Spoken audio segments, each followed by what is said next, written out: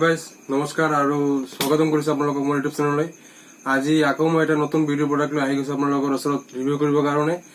আৰু ভিডিঅ'টো আৰম্ভ কৰাৰ আগতে আপোনালোকৰ এটা অনুৰোধ আছে, যদি আপোনালোকে এতিয়াও মোৰ ইউটিউব চেনেলটো ছাবস্ক্ৰাইব কৰা নাই প্লিজ ছাবস্ক্ৰাইব কৰি দিয়ক।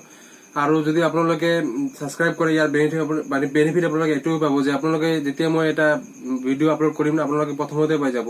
তো আজি মই যি প্ৰডাক্টটো ৰিভিউ কৰিম সেই প্ৰডাক্টটো হ'ল পতঞ্জলিৰ কেশ কান্তি এল'ভেৰা হেয়াৰ ক্লিনজাৰ।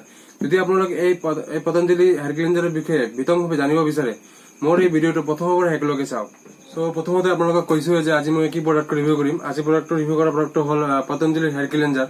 তো মই প্ৰথমতে ইয়াৰ পেকেজিং ডিটেইলছৰ বিষয়ে ক'ব বিচাৰো। ইয়াৰ পেকেজিংটো একেবাৰে ট্ৰান্সপাৰেণ্ট হয় আৰু এই ফেচ ৱাছটো আপোনালোকে যিকোনো এটা দোকানতে পাই যাব। মই যদি এতিয়া ক'ব বিচাৰো ইয়াৰ দাম মোৰ হাতত যিটো আছে এইটো হ'ল 200 ml হয়, এইটো হ'ল আপোনাৰ 85 rupees। সো এতিয়া মই ক'ম যে ইয়াত এই হেয়াৰ ক্লিনজাৰত আপোনাৰ কি কি বস্তু দি বনোৱা হৈছে বা কি কি বস্তুৰ মিশ্ৰণ হয়। তো প্ৰথমতে মই কওঁ যে ইয়াত আছে এল'ভেৰা আৰু আছে ৰিঠা, আমলা, ঘৃতকুমাৰী। তো এইবিলাকৰ পৰা আপোনাৰ চুলিৰ কাৰণে কি কি বেনিফিট হ'ব সেই বিষয়ে মই অলপ ক'বলৈ বিচাৰিম। সো প্ৰথমতে মই ক'ম যে এই পতঞ্জলিৰ এল'ভেৰা হেয়াৰ ক্লিনজাৰৰ এল'ভেৰাৰ পৰা আপোনাৰ কি কি বেনিফিট হ'ব। এল'ভেৰা আপোনাৰ চুলিত মৰি যোৱা স্কাল্প থাকে না, এইটো ঠিক কৰিব আৰু আপোনাৰ চুলিটো গ্ৰথ কৰিব। আৰু আপোনাৰ চুলিটো গ্ৰথ কৰাৰ লগে লগে আপোনাৰ চুলিত থকা উশাহবিলাকো দূৰ কৰিব।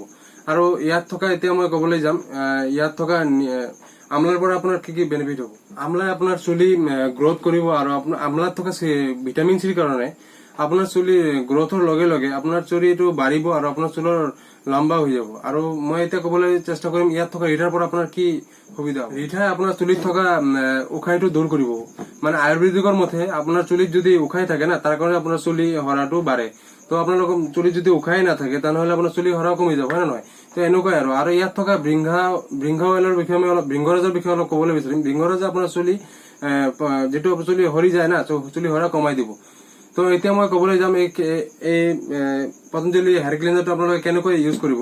তো এই হেয়াৰ ক্লিনজাৰটো আপোনালোকে অলপ 2 পৰা 3 ml লৈ হাতত লৈ চুলিত ভালকে মাখাৰ পিছত আপোনালোকে আৰামছে পানী দি ধুই দিব।